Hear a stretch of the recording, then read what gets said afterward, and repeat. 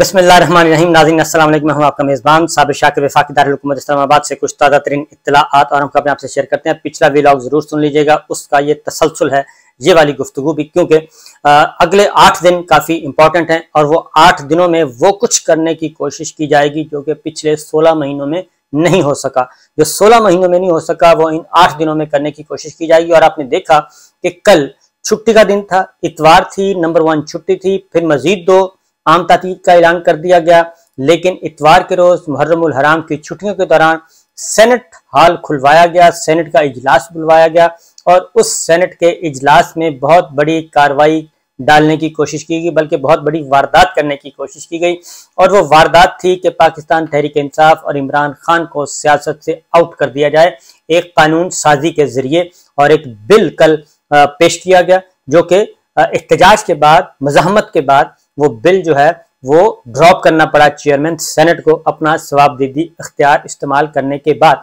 वरना ये बहुत बड़ी वारदात छुट्टी के दिन डाली जानी थी। आप जरा तसव्वुर करें कि मुहर्रमुल हराम की 2 छुट्टियां, आगे फिर मजीद 2 छुट्टियां हैं, आम तातील है। चीन के नायब वजीर आजम पाकिस्तान तशरीफ ला चुके हैं, उनके एजाज में अगली 2 छुट्टियां सिक्योरिटी के पेश नजर की गई थी। रेड जोन बंद और रेड जोन बंदिश के दौरान, ताकि ये छुट्टियां की ही इसलिए गई थी कि चीन के नायब वजीर आजम का दौरा जो कि इंतहाई अहम दौरा था और CPEC को 10 साल हो गए हैं, 10 साल तकरीब मुनक्किद होनी है, 3 दिन के दौरे पे वो आए हुए हैं। और इन हालात में जबकि पाकिस्तान के अंदर एक क्योस ही क्योस है और चीन के नायब वजीर आजम का विजिट वो एक पूरे का पूरा मैसेज है कि चाइना हर सूरत में आंधी हो, तूफान हो, सर्दी हो, गर्मी हो, डिक्टेटरशिप हो, आमरीत हो, जमहूरियत हो, ए जमात हो, हुकूमत में बी हो, 14 जमातें हो या अकेली जमात, चाइना पाकिस्तान के साथ खड़ा है। और ये वाकईतन दुरुस्त है कि चाइना और पाकिस्तान के ताल्लुकात हर तरह की आजमाइश, हर तरह के सियासी ताल्लुक, हर तरह के सिस्टम से बालातर हैं और वो बहुत ही ऊपरी सतह के ताल्लुकात हैं। तो इसलिए चीन के नायब वजीर आजम आए हुए हैं, लेकिन बजाय इसके कि इन तकरीबात में पाकिस्तान तहरीक इंसाफ को भी सबको मदऊ किया जाए और एक अच्छा मैसेज आए चाइना को, क्योंकि अब आगे उसका अगला फेज स्टार्ट होना है। और जो CPEC के बारे में जो प्रोपेगेंडा किया जा रहा था कि जनाब इमरान खान साहब के दौर में कुछ नहीं हुआ, तो चाइना की वजारत खारजा ने इमरान खान साहब के दौरे हुकूमत में CPEC की जो तरक्की की रफ्तार थी और मनसूबों की तकमील की रफ्तार थी, उससे न सिर्फ मुतमईन बल्कि खुशी का इजहार किया। और उन्होंने कहा कि जो कोविड के दौरान भी जो CPEC के मंसूबे थे वो बहुत अच्छे तरीके से चलते रहे और इमरान खान साहब के वो फैन हैं। और इसलिए उन्होंने ये जो नून लीग प्रोपेगेंडा कर रही थी उस प्रोपेगेंडे को ज़ायल किया। हालांकि चाइना जो है वो ऐसे किसी भी मुल्क के दाखिली मामलात में मुदाखलत नहीं करता। और उसके बाद चीन के वजीर खारजा जब पाकिस्तान आए थे 6-7 मई को, 9 मई से पहले 3 दिन पहले आए थे, तो उन्होंने इस्लामाबाद में खड़े होकर ये कहा था कि तमाम जो पॉलिटिकल प्लेयर्स को मैसेज दिया था कि आपस में बैठ जाएं और तमाम स्टेक होल्डर्स अफ़ाम व तफ़हीम पैदा करें, तमाम सियासी जमातें, और अगर सियासी इस्तेहकाम होगा तो मुआशी इस्तेहकाम भी होगा। वो मशवरा दे के गए थे और उस मशवरे का असर ये इन्होंने लिया था कि उसके 3 दिन बाद 9 मई हो गया था। और 9 मई की अभी तक ये एक साजिशों के ताने बाने जो हैं वो अभी हल नहीं हुए कि 9 मई के पीछे कौन था, और उसकी तहकीकात होना अभी बाकी हैं। बहरहाल ये एक दास्तान, एक लंबी कहानी है, लंबी स्टोरी है और उसमें बहुत सारे राज पिन्हा हैं, वो तो किसी दिन जब खुलेंगे तो पता चल जाएगा। तो चीन के नायब वजीर आजम पाकिस्तान आए हुए हैं, वो एक अच्छा मैसेज लेके आए हैं और मैसेज दे रहे हैं दुनिया को, मगरबी दुनिया को दे रहे हैं। और चाइना ने पाकिस्तान का हमेशा हेल्प आउट किया है, FATF में भी पाकिस्तान की भरपूर मदद की। और ख़ास तौर पे जब 27 फरवरी बालाकोट हुआ और जब हमने अभिनंदन का तैयारा गिराया और उसको पकड़ा, उस वक्त भी चाइना ने पाकिस्तान को इंतहाई अहम और मुफीद मालूमात फराहम की थी, जिससे पाकिस्तान को जो पाकिस्तान ने आसानी वो जो 8 दिन थे मुश्किल के, वो बहुत आसानी से गुजारे थे और हर तरह की इंफॉर्मेशन पाकिस्तान के पास थी जो इंडिया पाकिस्तान के खिलाफ करना चाह रहा था। तो ये सिचुएशन है। लेकिन इन हालात में बारीक वारदात जो की गई वो ये की गई कि छुट्टी वाले दिन सारा कुछ ये काम किया गया और दफ्तर खुलवाए गए, सेनेट की छुट्टी मनसूख की गई, सेनेट सेक्रेटेरिएट को खुलवाया गया और फिर ये एक बिल मंजूर करवाने की कोशिश की गई जिसका वाहिद मकसद ये था इमरान खान साहब पे। उसमें आपको बता दूं कि 6-7 हदफ थे उसमें। नंबर 1 पहला हदफ था पाकिस्तान तहरीक इंसाफ, फौरी तौर पे हदफ था इमरान खान और पाकिस्तान तहरीक इंसाफ, इन दोनों पे पाबंदी आयद करना, दोनों को सियासत से आउट करना, इमरान खान को भी और पाकिस्तान तहरीक इंसाफ को भी। प्लस ये कि पाकिस्तान तहरीक इंसाफ के जितने भी रहनुमा हैं जो इस वक्त इमरान खान और उसके नीचे मौजूद हैं, उन सबको अगले 5 साल के लिए सियासत से मुकम्मल तौर पे आउट करना, क्योंकि उसमें एक शिक ये भी थी कि 5 साल के लिए उनको आउट कर दिया जाएगा और वो किसी नई सियासी जमात के साथ, नई तंजीम के साथ भी वापस नहीं आ सकेंगे और उनको इजाजत नहीं होगी। 3 साल से 10 साल कैद की सजा, 10 लाख, 20 लाख, 50 लाख जुर्माना, और प्लस ये तो हो गया पॉलिटिकल पार्टी, और इस वक्त पीटीआई थी और अगला हदफ कोई भी हो सकता था। इसीलिए जो समझदार लोग थे उन्होंने मुतनब्बे किया। दूसरा अगला हदफ उसका था मीडिया, जो मीडिया सपोर्ट करेगा उसको भी, उसके साथ भी वही सलूक होगा। जो मीडिया हाउस, टीवी चैनल जो उसको सपोर्ट करेगा, वो मज़ाहमत करेगा, तनकीद करेगा, वो भी उसी कैटेगरी में आएगा, और टीवी चैनल का लाइसेंस मनसूख, टीवी बंद, और साथ ही जो सहाफ़ी हैं उसमें वर्क काम कर रहे होंगे वो भी फारिग। तो ये दूसरा था। तीसरा ये था कि जो बुनियादी हुकूक हैं, जल्द से जुलूस पे पाबंदी का कानून था, वो बुनियादी तौर पे वो जल्द से जुलूस, इजहार राय और तकरीर और इज्तिमा की आज़ादी जो आइन देता है, बहुत सारे आइन में दिए गए जो हमारे हक हैं, हकूक हैं, उनको पामाल किया गया था, आइनी हकूक को पामाल किया गया था, मसख कर दिया गया था, ये सारे का सारा बिल। तो ये जिसने भी ये बड़े शैतानी जहन जो हैं वो उन्होंने बनाया था, और उसका पहला हदफ इमरान खान और पाकिस्तान तहरीक इंसाफ, और उसके बाद ये सारे का, और जाहिर है नून लीग ने इसको किसी के साथ शेयर नहीं किया, और नून लीग और पीपल्स पार्टी के बहुत कम लोग थे जो ये जानते थे कि ये क्या चीज़ है, बाकी किसी को नहीं पता था। बहरहाल वो एक साजिश हुई, नाकाम, छुट्टी वाले दिन करने की कोशिश की गई। अब एक तरफ तो नून और पीपल्स पार्टी एक दूसरे के साथ साथ चल रहे हैं, दूसरी जानिब क्या हो रहा है, दूसरी जानिब ये हो रहा है जो मैं 8 दिन की बता रहा हूँ, ये पहला दिन था, यानी कि इतवार वाला दिन भी उन्होंने कहा कि स्पेयर नहीं जाना चाहिए, और वो बड़ा कैलकुलेट करके किया गया था, क्योंकि आज अगर ये बिल पास हो जाता तो ये उसके बाद कल जाना था कौमी असम्बली में, यानी कि आज की तारीख, सॉरी, आज 31 तारीख को कौमी असम्बली से होना था, और ये सीधा जाना था प्रेसिडेंट हाउस, और वहां से इन्होंने स्टैंप लगवानी थी 31 से 9 तारीख तक। अगर 9 तारीख तक ये सदर ममलिकत इसको 9 तक ना करते अपना मंजूर, तो इनको 9 तारीख को इन्होंने ज्वाइंट सेशन बुलाना था और दोबारा से मंजूर करना था, और फिर उसके बाद, क्योंकि उसके बाद फिर कोई ऑप्शन नहीं होती प्रेसिडेंट साहब के पास भी, तो लिहाजा ये बड़ा कैलकुलेट करके किया गया था। लेकिन जो मज़ाहमत हुई एक दफ़ा तो वो हो गया, अभी भी 2 दिन मौजूद हैं, अभी भी 2 दिन मौजूद हैं, और जब सेनेट का अगला सेशन होगा 2 तारीख को, तो उसमें ये कोशिश की जाएगी, क्योंकि अगर जो प्लान है, अगर इन्होंने, क्योंकि अभी इख्तिलाफ चल रहा है, एक है कि 13 तारीख तक ये असम्बली पूरी करे मुद्दत, और 13 तारीख को अज खुद तहलील हो जाए, और 13 तारीख तक अगर उन्होंने किया तो फिर तो अभी 2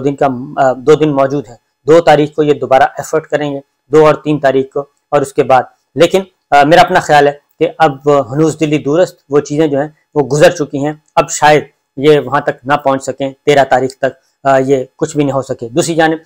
जो असल खबर जो है वो है कि अभी तक इनके दरमियान इख्तलाफ मौजूद है, क्योंकि मुनाफकत चल रही है इस वक्त। पीपल्स पार्टी नून लीग से मुनाफकत कर रही है, नून पीपल्स पार्टी के साथ कर रही है, और मौलाना के साथ नून लीग कर रही है, मौलाना पीपल्स पार्टी के साथ कर रहे हैं। ये सारी की सारी एक खिचड़ी सी पकी हुई है, और उसकी वाहिद वजह यही है कि अब ये सारे तितर बितर हैं, अपने अपने मफादात की तलाश में हैं, दौड़े हुए हैं, निकले हुए हैं, और इन्होंने एक दूसरे के मद्दे मुकाबले लड़ना है इलेक्शन। अब आते हैं कि अभी तक भी, इस वक्त तक भी फैसला नहीं हो सका कि किस के कौमी असम्बली तहलील होनी है या फिर मुद्दत पूरी करनी है। मुस्लिम लीग नवाज बदस्तूर इस पे कायम है कि हम जो है वो 9 तारीख को, 10 तारीख को असम्बली तहलील कर देंगे। खुर्शीद शाह साहब भी ये खबर दे रहे हैं, और वज़ीर आज़म शहबाज शरीफ भी दे रहे हैं कि 2 दिन पहले हम असम्बली जो है वो सदर ममलिकत को अरसाल कर देंगे, 13 के बजाय 9 तारीख को या 10 तारीख को भेज देंगे, और वो 2 दिन के अंदर अंदर अप्रूव होना ज़रूरी होती है, ना हो तो अज खुद असम्बली तहलील हो जाती है, जैसे सूबाई असम्बलियाँ तहलील हो गई थी। तो ये सिलसिला इस वक्त चल रहा है। लेकिन पाकिस्तान पीपल्स पार्टी जो है वो अभी तक मज़ाहमत कर रही है, उनकी अभी भी, क्योंकि वो जो खबरें दे रहे हैं, क्यों जो मेरे पास खबर आई है वो है कि कौमी असम्बली और सिंध असम्बली, उसकी वजह कि दोनों असम्बलियाँ तहलील होंगी तो फिर ये 90 दिन की कैटेगरी में जाएंगे। अगर कौमी असम्बली तहलील कर दी, सिंध असम्बली ना गई, तो वो फिर 60 दिन के बाउंड हो जाएगा, और वो 60 दिन के अंदर अंदर, फिर बलोचिस्तान असम्बली तहलील ना हुई, वो भी 60 दिन के अंदर अंदर, और पंजाब और केपी के पहले ही टाइम बाद चल रहा है और वो बहुत ही गैरानी हुकूमतें चल रही हैं। इसलिए पीपल्स पार्टी अभी डबल गेम कर रही है। नहीं समझ आ रही कि वो नून लीग के साथ जाएगी या फिर अपनी बात मनवाने में कामयाब होगी। उसकी वजह कि जो लेटेस्ट खबर आई है वो है कि जी पीपल्स पार्टी की जो पार्टी क़यादत है, यानी कि जिस सेकंड और थर्ड टीयर जो लीडरशिप है, उसने अपनी सीनियर क़यादत को यानी कि जरदारी साहब को और बिलावल भुट्टो साहब को ये तजवीज़ दी है कि ये दबाव कबूल ना किया जाए असम्बली तहलील करने का। और पीपल्स पार्टी जो है वो अपनी क़यादत को उन्होंने आगाह किया है कि असम्बलियाँ कबज़ वक्त तोड़ने के मामले की मुखालफत की जाए और ऐसा करने से पाकिस्तान पीपल्स पार्टी को नुकसान होगा और असम्बलियाँ मुद्दत पूरी करें और उसके बाद जो है ये असम्बली में मुद्दत पूरी करे 5 साल और उसके बाद जाना चाहिए। और हमें इलेक्शन में ताख़ीर भी नहीं होनी चाहिए, 60 दिन के अंदर अंदर इलेक्शन होनी चाहिए। 90 दिन वाली कैटेगरी या 90 दिन वाला ऑप्शन इस्तेमाल नहीं करना चाहिए, उस तरफ नहीं जाना चाहिए। और पीपल्स पार्टी को उन्होंने कहा खैबर पख्तूनख्वा में भी हमें अवामी पजीराई मिली है और मुख्तलिफ जगहों में मिली है। तहरीक इंसाफ मौजूदा सूरत हाल पर शदीद दबाव का शिकार है, इसलिए 90 दिन ना दिया जाए और जल्दी जल्दी इलेक्शन करवाए जाएं। जल्दी जल्दी इलेक्शन होंगे तो पीपल्स पार्टी को फायदा है और नून लीग को भी फायदा नहीं है और पीटीआई को भी फायदा नहीं है। तो ये उन्होंने कहा है और उन्होंने अपनी पार्टी लीडरशिप को कहा है, बिलावल भुट्टो साहब को, जरदारी साहब को, कि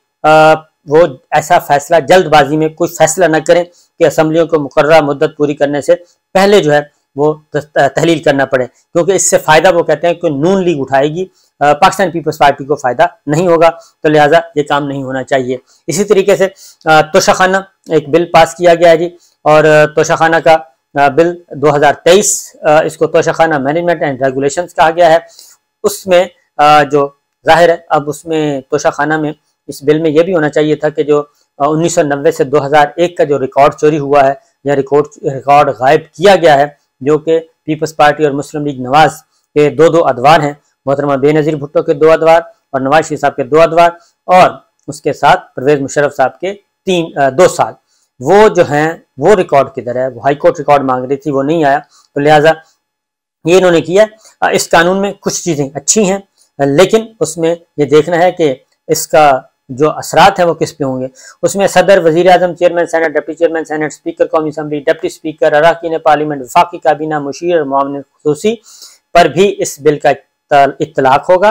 और आइंदा से कोई भी शख्स जो है वो तोशाखाना से मिलने वाली जो अशिया हैं, तहाइफ हैं, वो अपने घर नहीं ले जा सकेगा। तोहफे के तौर पर मौसूल होने वाली गाड़ियों को पहले तोशाखाना में जमा कराया जाएगा और कदीम अशिया और गाड़ियां वसूल कुनिंदगान को खरीदने की इजाज़त नहीं होगी। कानून तो पहले भी मौजूद था, लेकिन उस पर अमल कोई नहीं करता था और गाड़ियां तो सिर्फ जरदारी साहब, गिलानी साहब और नवाज शरीफ साहब और मरीम साहबा ने ली हैं, अदरवाइज तो किसी ने नहीं ली। और उसके बाद अटॉर्नी जनरल, सुप्रीम कोर्ट वकील general, prosecutor general, supreme court के चीफ जस्टिस साहिबान और जजेस हाई कोर्ट, सुप्रीम कोर्ट और दीगर, उन पर भी इतलाक होगा तोशाखाना का। और फिर विफाकी और सूबाई हुकूमतों के मुलाजमीन, फौजी मुलाजमीन, हुकूमत के जेर कंट्रोल कारपोरेशनों के मुलाजमीन, खुद मुख्तार और नीम खुद मुख्तार इदारों के मुलाजमीन पर भी इसका इतलाक होगा। अब इसमें मुलाजमीन का जिक्र किया गया और इसमें अब पता नहीं जो सीनियर